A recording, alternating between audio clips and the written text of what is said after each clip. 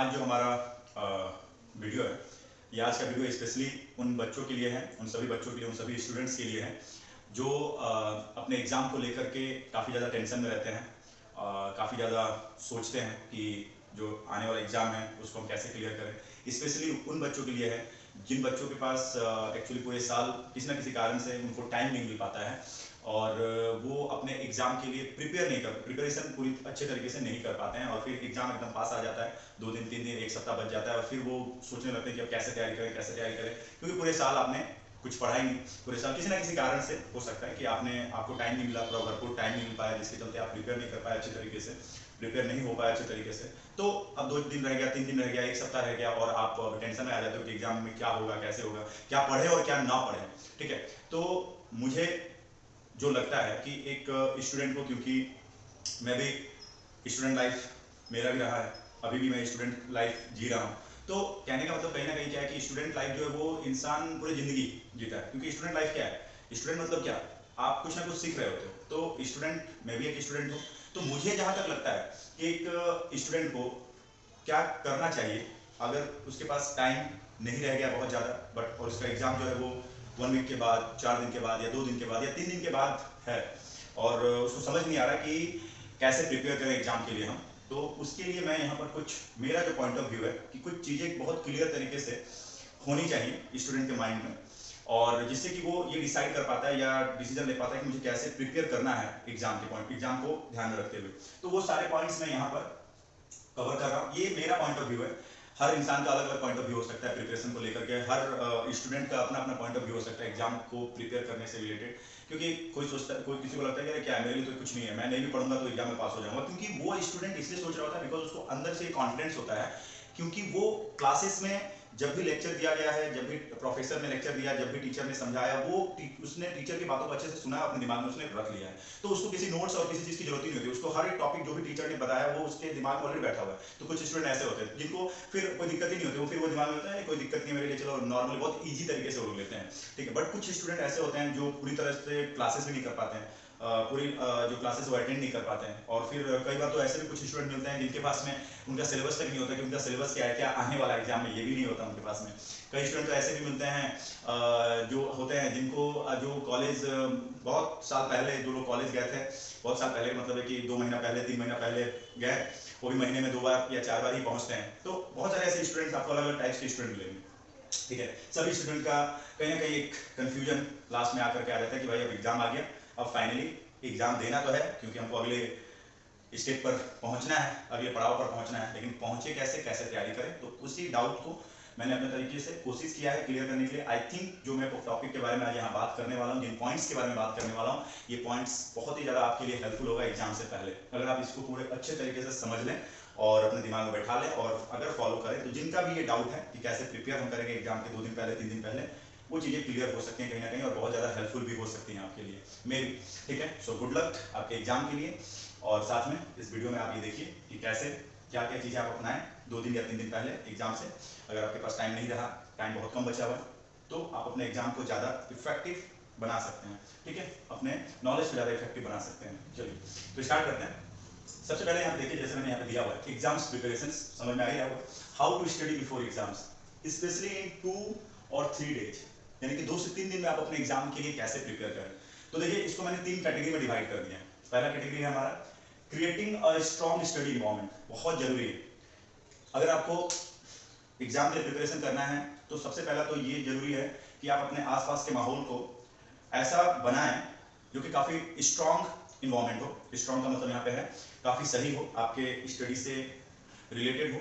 ठीक है, जैसे कई बार क्या होता है ना कि हम पढ़ रहे हैं कमरे में, बाहर घर के कुछ लोग टीवी चलाए हुए हैं, कोई सॉन्ग लगा करके डांस कर रहा है, कहीं बगल में शादी है, विवाह है, वहाँ पर आवाज़ें हो रही है बहुत ज़्यादा।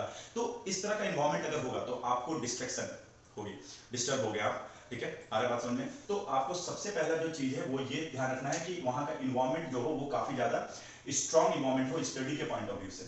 ठीक है, हर चीज़ के लिए माहौल का होना बहुत जरूरी है। ठीक है ना, आ रहा बात समझ में। और वही माहौल यहाँ पे बनाने की बात हो रही है। अब देखिए, माहौल को बनाने के लिए आपके पास 4 चीज़ें हैं। पहला है find somewhere new to study, कहने का मतलब है ऐसी जगह को ढूंढिए। ठीक है, इन्वायरमेंट को अच्छा अगर बनाना है तो उसके लिए आपको एक ऐसे प्लेस को ढूंढना होगा, ऐसी जगह को ढूंढना होगा जो बिल्कुल आपके लिए नया हो। इसका मतलब क्या है कि सर ऐसी जगह को आप ढूंढो जहां पर आपको कोई डिस्टर्ब करने ना आए, ठीक है। यहाँ पर आराम से आपने जो प्लानिंग करी है पढ़ने का, जो आप पढ़ने की जो प्लानिंग कर रखी है, वो आप आराम से क्या कर सके, इंप्लीमेंट कर सके। अब ऐसा नहीं कि आप वहां पे पहुंच गए, पढ़ रहे हो, पीछे से कोई आता है, ठीक है, आकर के आपको डिस्टर्ब करता है, वो चीजें नहीं होनी चाहिए। तो सबसे पहले तो आप एक ऐसी जगह ढूंढिए जहां पर आपको कोई डिस्टर्बेंस ना करे। तो find somewhere new to study. अब ये मे बी आपका कोई सिंगल रूम हो सकता है, मे भी हो सकता है सब लोग नीचे वाले फ्लैट में है, आप ऊपर वाले फ्लैट में चले जाइए, अगर ऊपर जगह है, नहीं है कोई दिक्कत नहीं है। आप ऐसे कमरे में चले जाइए जिसमें किसी का आना जाना ना हो, बाहर से कोई साउंड ना आता हो, आपको कोई डिस्ट्रक्शन कोई डिस्टर्बेंस आपको ना हो, ठीक है। तो ऐसे प्लेस को आप ढूंढिए, ये काम आपका है, ठीक है, अगर पॉसिबल हो तो। दूसरा, bring all necessary belongings, yes. और जिस जगह को आप ढूंढेंगे जहाँ पे आपको डिस्टर्ब ना करें, वहां पर आप सारी चीजों को जो जो आपकी स्टडी से जुड़ी हुई जो भी मटेरियल्स हैं, उन सभी मटेरियल्स को साथ में ले लें और वहां पे लेकर के बैठ जाएं। अब ऐसा नहीं जगह ढूंढ लिया, बार बार पता चला कि ये नोट नहीं है तो फिर दूसरे कमरे में जा रहे हो, फिर वहां से नोट्स ला रहे हो, फिर किताब नहीं है तो किताब लेकर के आ रहे हो। अब अगर ये काम आप करते रहोगे तो फिर आप पढ़ोगे कब? तो कहने का मतलब ये है कि आप एक ही बार सारी जो जरूरत वाली चीजें हैं, उन जरूरत वाली चीजों को आप एक ही साथ लेते आइए, जो भी नेसेसरी बिलोंगिंगनेस है, मतलब आपके टेक्स्ट बुक हैं, बुक्स हैं, है ना, पेन है, पेंसिल है, रूलर है, जो भी है, वो सारी चीजें आप एक साथ इकट्ठा, जो जो प्लेस आपने ढूंढा है पढ़ने के लिए, शांति वाला प्लेस, वहां पर आप सारी चीजों को लेकर के एक ही साथ बैठ जाइए और दरवाजा बंद कर लीजिए, ठीक है। तीसरा, टर्न ऑफ योर फोन, जो कि बहुत मुश्किल है आज के समय में। फोन अगर ऑफ करने के लिए बोल दिया जाए किसी को तो फिर उनका समझ लो कि हमने ये बोल दिया उनको कि भाई आपको सांस नहीं लेना है अगले 1 घंटे तक। लोगों को ये फीलिंग होने लगती है आजकल, और आजकल स्पेशली बहुत सारे बच्चों को ये फीलिंग होती है कि भाई मोबाइल ऑफ कर दो, मतलब उनको बोला जा रहा है कि आप सांस लेना बंद कर दीजिए, मान लो कि ऐसा बोला गया उनको। तो ऐसा ही कुछ हो चुका है संबंध हमारा मोबाइल के साथ में, सभी का हो चुका है, नॉर्मल सी बात है। मॉडर्नाइज एज जो है, इस समय में मोबाइल, लैपटॉप, कंप्यूटर की इतनी ज़्यादा जरूरत हो चुकी है, नेट की इतनी ज़्यादा जरूरत हो चुकी है कि हमारा संबंध उनके साथ ऐसा बन चुका है। बट फिर भी आपको अगर देखिए एग्जाम क्लियर करना है, एग्जाम में अच्छे नंबर्स लाने, तो कुछ तो सेक्रीफाइस करना होगा, और आपको भी पता है अच्छे से कि अगर आपको कुछ अचीव करना है तो उसके लिए कुछ सेक्रीफाइस करना बहुत जरूरी है। और ये तो बस फोन ही ऑफ करने की बात हो रही है, वो भी हमेशा के लिए नहीं, बस उतने समय के लिए जितने समय के लिए आप एक अच्छे इन्वायरमेंट में बैठ करके पढ़ने की कोशिश कर रहे हो या पढ़ना चाहते हो, ठीक है, ये आप ही के भलाई के लिए है। सो टर्न ऑफ योर फोन, कोशिश करें कि बंद हो जाए फोन।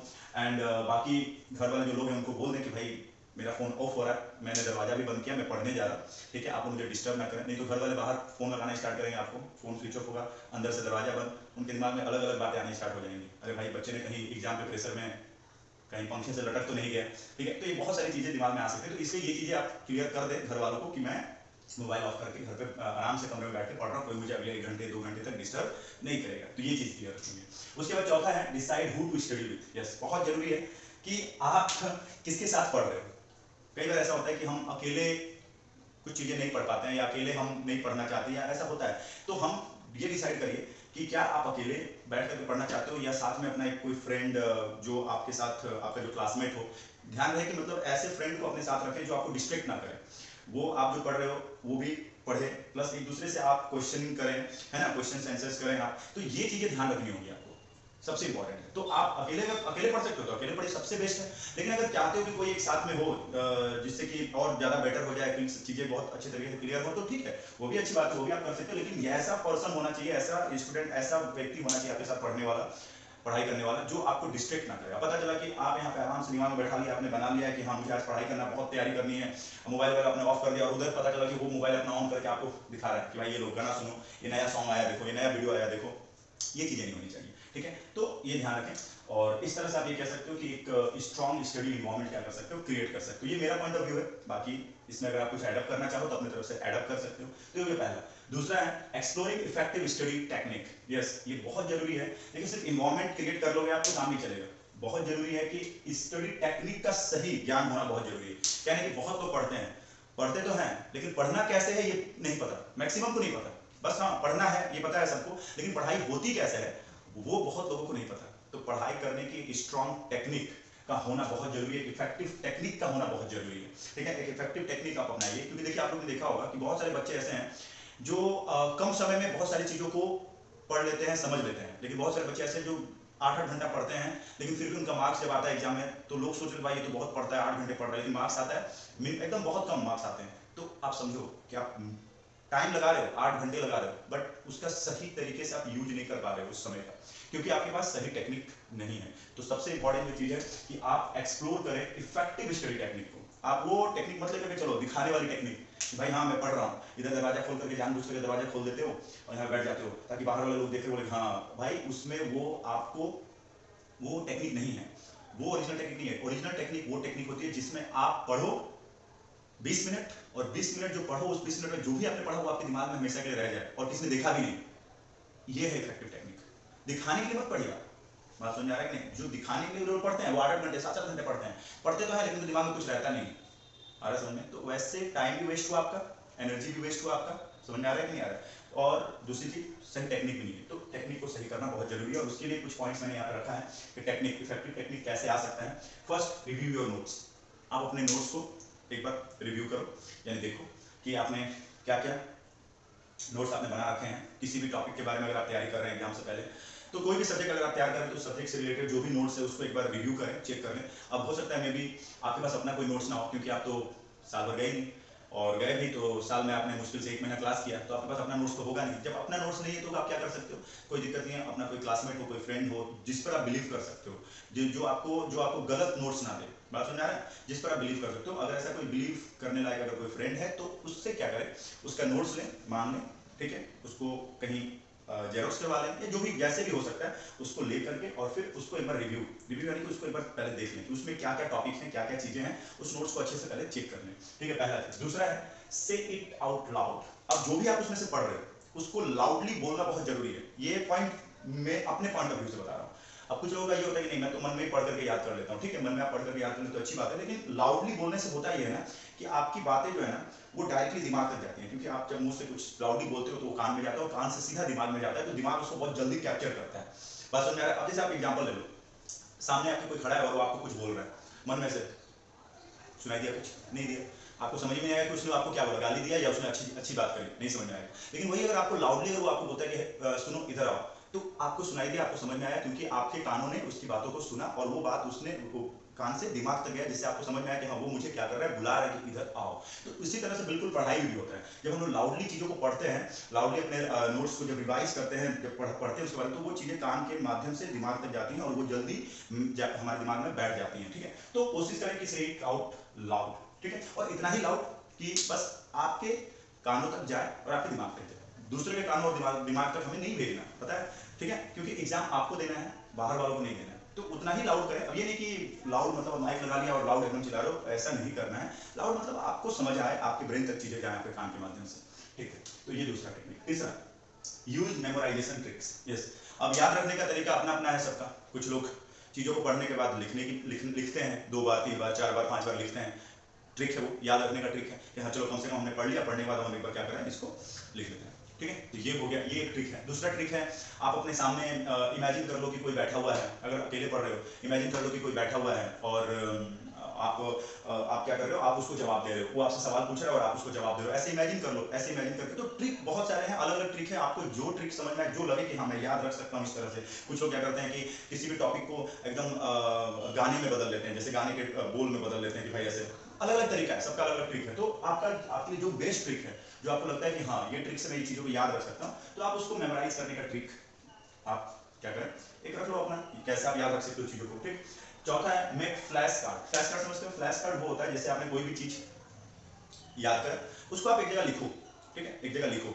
इससे फायदा ये होगा ना कि जो भी आपने पढ़ा ना वो आप, क्योंकि कम टाइम है आपके पास, तो आप क्या कर पाओगे ना, उसको बार बार नोट्स में जाने की जरूरत नहीं है ढूंढने की। जैसे आपने पढ़ा आज, आपने जो भी पढ़ा याद किया, आपने उसको एक लिख दिया कार्ड में, आपने कार्ड फ्लैश कार्ड मतलब वही कॉपी में आपने एक जगह नोट कर दिया वो टॉपिक, अपने अपने हिसाब से लिखा याद करके। अब हुआ क्या, अब फिर आप कल भी उसको रिवीजन करना चाहते हो तो आपको फिर से नोट्स खोलने की जरूरत नहीं है, जो आपने याद किया था उसी में देखो कि हाँ क्या हमने पढ़ा था, जो पढ़ा था उसको फिर से एक बार आप क्या कर लोगे, अच्छे से पढ़ पाओगे। तो आपको बार बार नोट्स खोलने की जरूरत नहीं पड़ेगी, जो जो आपने याद किया उसको टिक करते जाओ और एक तरफ अपना फ्लैश कार्ड तैयार करते जाओ, उसको लिख करके कि हाँ मैंने ये चीज याद किया, ठीक है। तो ये एक फायदा है, ट्रिक है, इफेक्टिव टेक्निक है। और पांचवा है use your text book effectively. Yes, अपने टेक्स्ट बुक को बहुत इफेक्टिवली यूज करना हमें आना चाहिए। इफेक्टिवली का मतलब होता है बहुत प्रभावशाली, यानी कि कई बार क्या होता है ना कि टेक्स्ट बुक में बहुत सारी चीजें होती हैं, लेकिन समझना होगा कि सर वो बहुत सारी चीजों में से हमें पढ़ना क्या है, समझ लो ना, पढ़ना क्या है, क्योंकि देखिए क्या है ना कि अब पूरा किताब हमें नहीं पढ़ना होता एग्जाम के लिए, क्योंकि वैसे भी आपके पास टाइम नहीं है कि आप पूरा किताब पढ़ेंगे। अब आपको ये देखना है कि टेक्स्ट बुक में पढ़ना क्या है और क्या छोड़ना है, और इसके लिए आपको क्या करना पड़ेगा, अपने टीचर्स,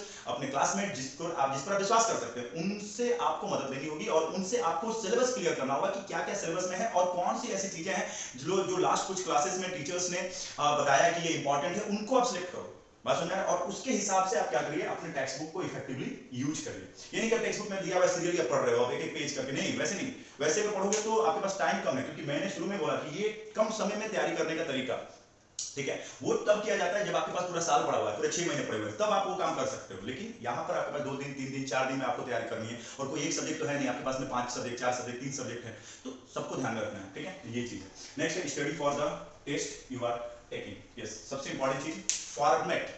आप किस तरह का टेस्ट देने जा रहे हो, यानी किस तरह का एग्जाम देने जा रहे हो। जैसे कई बार क्या होता है, एमसीक्यू टाइप के हम देते हैं, एमसीक्यू टाइप का अगर हमको टेस्ट देना है तो उसमें हमें क्या करना होता है, उसमें हमको किताब को थोड़ा डिटेल्स में पढ़ना होता है, क्योंकि उसमें हमें एक एक वर्ड्स को ध्यान से पढ़ना पड़ता है एमसीक्यू में, क्योंकि कहीं से भी सवाल बन सकते हैं। और वही अगर आप सब्जेक्टिव टाइप अगर दे रहे हैं एग्जाम, जिसमें आपको पेजेस भरने हैं, लिखने हैं, तो उसमें क्या है कि कॉन्सेप्ट को थोड़ा सा क्लियर कर लीजिए, तो थोड़े से कॉन्सेप्ट को क्लियर होते ही उसको आप अपने हिसाब से क्या कर सकते हो, वर्डिंग में डाल करके आप चीजों को और एक्सप्लेन कर सकते हो, ठीक है। तो वो आपको ये ध्यान रखना होगा कि आप किस तरह का फॉर्मेट का एग्जाम देने जा रहे हैं, उसी तरीके से आप तैयार करोगे। देखोगे आप, जैसे जो लोग तैयारी करते हैं किसी ना किसी जॉब के लिए जब तैयारी करते हैं, तो उनको जो मैथ्स की तैयारी करवाई जाती है, रीजनिंग की तैयारी करवाई जाती है, उसमें ट्रिक्स बताए जाते हैं कि शॉर्ट मतलब 1 मिनट में आपको एक जवाब देना है, 4 ऑप्शन है, तो उसमें आपको ट्रिक बताया जाता है, क्लियर, ठीक है। लेकिन जहां पर हमें सब्जेक्टिव टाइप में एग्जाम देने होते हैं, उसमें हमको पूरा सिलेबस एक एक करके सारे टॉपिक्स क्लियर तरीके से समझाए जाते हैं, ठीक है। वहां पे हमको पूरा फॉर्मूला बताया जाता है मैथ का, ये फॉर्मूले पे ऐसे सॉल्व होगा। लेकिन जहां पर हम एंट्रेंस एग्जाम देने जा रहे होते हैं, वहां पे हमको 4 ऑप्शन है, 4 ऑप्शन में अब आपके पास इतना टाइम नहीं है कि आप फॉर्मूला लगा करके सॉल्व करो, वहां पे आपको शॉर्ट ट्रिक बताया जाता है। तो ये समझना बहुत जरूरी है कि आपका फॉर्मेट क्या है एग्जाम का, आप किस तरह के फॉर्मेट का एग्जाम देने जा रहे हो, उस हिसाब से अपने प्रिपरेशन को आगे रखोगे आप, ठीक है। तो ये हो गए कुछ इफेक्टिव स्टडी टेक्निक्स, इससे आपका काम थोड़ा आसान बन जाता है, ठीक है। उसके बाद में है तीसरा, मेकिंग अ स्टडी प्लान। आप स्टडी का एक प्लान बनाइए। तीसरा जो मेरा टॉपिक है, तीसरा जो मेरा पार्ट है इसका, आपके एग्जाम की तैयारी को लेकर के, वो है मेकिंग अ स्टडी प्लान। आप एक स्टडी प्लान तैयार करो। ये सारे काम करने के बाद में स्टडी टेक्निक आपने कर ली, एक एनवायरनमेंट आपने बना लिया, उसके बाद स्टडी प्लान करिए। Know exactly what is being covered, वही जैसे मैं अभी एक्सप्लेन कर रहा था, आपको ये जानना बहुत जरूरी है कि आपको कवर क्या करना है। कवर क्या करना है मतलब आपको एग्जैक्टली पढ़ना क्या है, ये बहुत जरूरी है जानना। ये आप अपने क्लासमेट से पूछो, आप खुद टीचर से पूछो, जैसे भी हो, ये आप क्लियर करिए कि आपको एग्जैक्टली क्या पढ़ना है, क्योंकि टाइम कम है और आपको पढ़ना बहुत कुछ है। तो कम समय में ज्यादा अगर पढ़ना है तो क्या पढ़ना है आपको, क्या कौन से टॉपिक कवर करनी है। कई बार क्या होता है कि सिलेबस में बहुत सारी चीजें नहीं होती हैं, लेकिन हम फिर भी उसको पढ़ रहे होते हैं, ठीक है ना। तो कम समय में ये काम आप नहीं कर सकते, कम समय में ये काम कभी पॉसिबल नहीं है कि जो सिलेबस में उसको ही पढ़ रहे हैं। तो ऐसे ही आपने टाइम वेस्ट कर दिया पूरा साल, अब आपके पास में 2 दिन या 3 दिन बचा हुआ है, तो उस 2 से 3 दिन में आपको एग्जैक्टली वही पढ़ना है जो आपके सिलेबस में है, ठीक है। तो ये चीज, मेक अ शेड्यूल, आप एक टाइम टेबल बना लीजिए, शेड्यूल बनाइए। शेड्यूल का मतलब है कि आप समय बना लीजिए कि मुझे किस सुबह मुझे 1 घंटे ये सब्जेक्ट पढ़ना है, फिर मुझे अगले 1 घंटे में ये सब्जेक्ट पढ़ना है। जैसे सुबह मुझे 8 से 9 ये पढ़ना है, या 4 से 5 ये पढ़ना है, 6 से 7 ये पढ़ना है, 7 से 8 मुझे ये सब्जेक्ट को कवर करना है, या मुझे इस घंटे में या इस 1 आवर में मुझे ये टॉपिक क्लियर करनी है। ये चीजें आप पहले से क्या करें, शेड्यूल बनाने हैं, मेक अ शेड्यूल, ठीक है। नेक्स्ट है make a list of everything you need to no.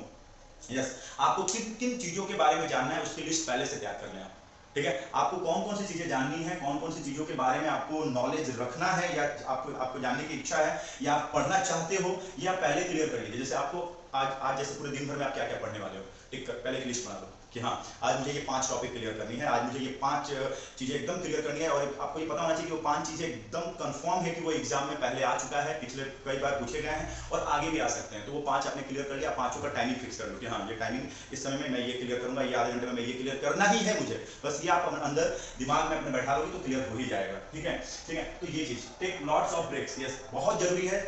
अब लगातार भी अगर आप पढ़ रहे हो तो भी दिक्कत है, लगातार पढ़ोगे तो आपकी एनर्जी बहुत लगातार लॉस होगी, और लगातार जब एनर्जी लॉस होगी तो दिक्कत, दिमाग पर प्रेशर बनेगा। बात समझ में आ रहा है। और हमको एग्जाम देने जाना है, ठीक है ना, हमको एग्जाम देने जाना है, तो अपने माइंड को जितना फ्रेश आप रखोगे उतनी देर तक आपकी जो याद की हुई चीजें हैं, पढ़ी हुई जो चीजें हैं वो आपको याद रहेंगी, ठीक है ना। नहीं तो कई बार क्या होता है ना कि हम जब ज्यादा पढ़ लेते हैं ना तो सारी चीजें खिचड़ी हो जाती हैं। यानी कहने का मतलब क्या है कि ये भी आ गया, ये भी आ गया, एक ही तरह की चीजें लगने लगती हैं। भाई ये इसको पता चला कि दूसरे क्वेश्चन में दूसरे क्वेश्चन का आंसर आपने दे दिया, तो ऐसा बहुत ज्यादा जब पढ़ लेते हैं तो होता है। तो इसलिए एक ब्रेक लेना भी बहुत जरूरी है। जैसे मैं मानता हूं कि 50 और 10 का एक मेथड है, 50/10 का मेथड। 50/10 का मेथड क्या होता है कि आप टाइमिंग घड़ी रखो अपने पास, ठीक है, उसमें 50 मिनट का एक टाइमर सेट कर दो और 50 मिनट आप बिना डिस्टरबेंस के आप कोशिश करो पढ़ने की, बिना इधर उधर ध्यान लगाए, अपना एकदम फोकस 50 मिनट। अगर बीच में कहीं डिस्टरबेंस हो रही है तो वापस 50 मिनट स्टार्ट करो और 50 मिनट जब आपका टाइमर सेट रहेगा 50 मिनट, 50 मिनट जब आप किसी टॉपिक को पढ़ोगे बिना सोचे समझे इधर उधर ध्यान दिए तो पढ़ लिया, पढ़ने के बाद में फिर 10 मिनट का ब्रेक ले लो। तो इसको 50:10 का मैं एक मेथड मानता हूँ कि 50 मिनट आपने पूरा फोकस किया। 50 मिनट बहुत बड़ा टाइम नहीं है, जब आप उस टॉपिक में घुस जाओगे ना, उस जिस चीज को पढ़ रहे हो उसमें जब घुस जाओगे तो 50 मिनट कैसे निकलेगा आपको पता भी नहीं चलेगा। पता है टाइम किसको लगता है कि बहुत लग रहा है 50 मिनट बहुत ज्यादा है, जिसका ध्यान पूरी तरह से टाइम की तरफ है कि भाई 50 मिनट निकल जाए, जल्दी निकल जाए भाई, तो तुम वो जबरदस्ती मत करो, जबरदस्ती नहीं करना। आपको अगर बैठने पढ़ने की इच्छा है तो बैठ करके पढ़िए, नहीं इच्छा है मत बैठिए, क्योंकि बिना इच्छा के आप कोई भी काम करोगे तो उसका कोई रिजल्ट नहीं निकलने वाला है, ये तो फैक्ट है, सभी लोग जानते हैं, ठीक है। नेक्स्ट है establish major concept. Yes sir, उसके बाद एक सबसे इंपॉर्टेंट चीज है कि आप क्या करेंगे, अपने मेजर कॉन्सेप्ट को एस्टैब्लिश करिए। मेजर कॉन्सेप्ट का मतलब क्या है? मेजर कॉन्सेप्ट का मतलब है कि देखिए कई बार क्या होगा ना, long questions and short questions, तो लॉन्ग क्वेश्चंस जो है जो इंपॉर्टेंट है उनको पहले क्लियर करो, क्योंकि शॉर्ट वालों में ना ज्यादा टाइम नहीं लगने वाला आपको। तो लॉन्ग वाले जो कॉन्सेप्ट हो, अगर आप चाह रहे हो कि मैं उसको क्लियर करूं तो उसको पहले क्लियर करने की, मेरे हिसाब से जो लार्जर कॉन्सेप्ट होता है ना उसको पहले क्लियर करिए, क्योंकि लार्जर कॉन्सेप्ट जो होता है वो टाइम टेकिंग होता है। शॉर्टर क्या है ना कि एग्जाम कल सुबह है, आप शाम को भी बैठोगे 1 घंटे 2 घंटे आराम से, तो शॉर्टर वाले को फटाफट थोड़ा बहुत कॉन्सेप्ट क्लियर कर लोगे तो आपके दिमाग में रह जाएगा। लेकिन लार्जर वाले जिसमें बहुत सारी चीजें हैं उनको पहले क्लियर करने का काम करना चाहिए मेरे हिसाब से। बाकी आपको जब अगर लगता है कि नहीं मेरे को शॉर्ट वाला पहले करना है तो आप कर सकते हो, लेकिन मेरा जो पॉइंट ऑफ व्यू है मैं ये मानता हूँ कि लार्जर कॉन्सेप्ट को पहले क्लियर किया जाना चाहिए, ठीक है। क्योंकि लार्जर वाले में क्या है ना कि उसमें आपको नंबर्स भी ज्यादा स्कोर किए जा सकते हैं। अब मान लो कि आपको 2-2 नंबर के आपको 10 सवाल दे दिए गए, सपोज 2-2 नंबर के आपको 10 दे दिए गए, आप 2-2 वाले क्लियर कर रहे हो तो 10 अगर लिखोगे 2-2 नंबर का 10 लिखोगे तो आपको मिलेगा 20 नंबर। और एक ही अगर मान लो कि लार्जर वाला अगर आपको जो लार्जर कॉन्सेप्ट है वो अगर एक ही 8 नंबर या 10 नंबर का अगर आ गया तो आपको एक ही लिख करके आपको 8 नंबर मिलेगा, तो आप 2-2 नंबर वाले 4 अटेम्प्ट करोगे और ये अगर एक ही अटेम्प्ट करते हो तो आपको 8 नंबर मिल जाते हैं। तो इस रेशियो से अगर आप देखोगे तो लार्जर वाले को पहले क्लियर करना बहुत जरूरी है। वैसे तो सभी क्लियर करना है, शॉर्ट वाला भी करना है, लार्ज वाला भी करना है, बट एक टेक्निक बना लेनी चाहिए कि हाँ मैं पहले लार्ज वाला जो कॉन्सेप्ट है मेरा, जो लॉन्ग क्वेश्चन है मैं उसको पहले क्लियर करूंगा, ठीक है। And last point, review your syllabus. सारे सिलेबस को एक बार रिव्यू कर लें कि सिलेबस, जैसे मैं शुरू में बोला कि सिलेबस में है क्या और क्या नहीं है, क्योंकि कई बार बिना सिलेबस वाली चीज़ों को हम पढ़ करके टाइम अपना वेस्ट कर देते हैं। तो ये स्टडी प्लान आपका हो गया, सिलेबस के अकॉर्डिंग एक बार टिक कर लें कि हाँ मेरे सिलेबस में ये चीज़ था, मैंने इन चीज़ों को मैंने कवर कर लिया, टिक करते जाना बहुत जरूरी है। तो ये कुछ इंपॉर्टेंट पॉइंट्स हैं। आई थिंक इस वीडियो से कुछ तो आप लोगों को अंदर से एक साहस मिलेगा कि हाँ चलो भाई घबराना नहीं है, और एग्जाम से 2 दिन 3 दिन पहले भी हम अगर चीज़ों को सही कर लें, देखो लेट कभी नहीं होता। आप अगर आज आपको समझ में आ रहा है कि हाँ मुझे ये चीज़ ऐसे करना है तो आप समझ लो कि आज ही से आपका ये स्टार्टिंग है, तो लेट नहीं हुआ। आपके पास अभी भी 2 दिन है ना, 2 दिन बहुत होते हैं, 2 दिन मतलब 48 आवर्स, 48 आवर्स बहुत होते हैं, बात समझ आ रहा है ना, 48 आवर्स। अगर 3 दिन है कोई दिक्कत नहीं है, 4 दिन है कोई दिक्कत नहीं है, आपके पास बहुत एनफ टाइम है, उसमें भी आप चीज़ों को क्लियर कर सकते हो। लेकिन उसके लिए आपको अपने माइंड को पहले सेटअप करना होगा कि हाँ मुझे ये चीज़ करना है। कई बार क्या है ना कि हम टाइम टेबल बना लेते हैं, कई बार हम शेड्यूल बना लेते हैं कि हाँ भाई ऐसे ऐसे काम को करेंगे, लेकिन कर नहीं पाते हैं। तो पॉइंट मेरा यही है आप लोगों को ये वीडियो देने का कि एग्जाम पास आ चुका है, कुछ बच्चों का 1 सप्ताह के बाद, 1 वीक के बाद, 2 दिन के बाद, किसी का 1 महीने के बाद आने वाला है। तो आप घबराइए नहीं, अगर आपने पूरे साल टाइम की कमी के चलते नहीं क्लियर कर पाए हैं, नहीं पढ़ पाए हैं, तो इस वीडियो को देखने के बाद मुझे लगता है कि थोड़ा सा आपको साहस मिलेगा और आप वापस से जो मैंने बताया उस चीज़ को आप अपने लाइफ में जोड़ेंगे और आने वाले एग्जाम्स के लिए प्रिपेयर करेंगे। So good luck once again.